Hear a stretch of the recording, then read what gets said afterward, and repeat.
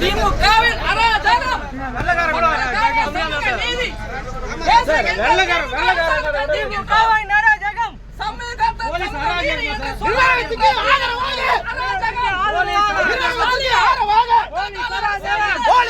அராஜகம் முதலாளிக்கு ஆதரவாக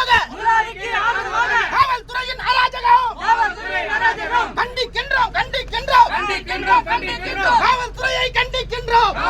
கண்டிக்கின்றோம் மக்களுக்கு பாதுகாப்பு வழங்க காவல்துறையை போராடும்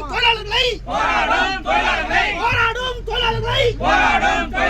ஒடுக்குகின்ற காவல்துறையை கண்டிக்கின்றோம் காவல்துறையா டிவிஎஸ் முதலாளியின் ஏவல்துறையா யாருக்கு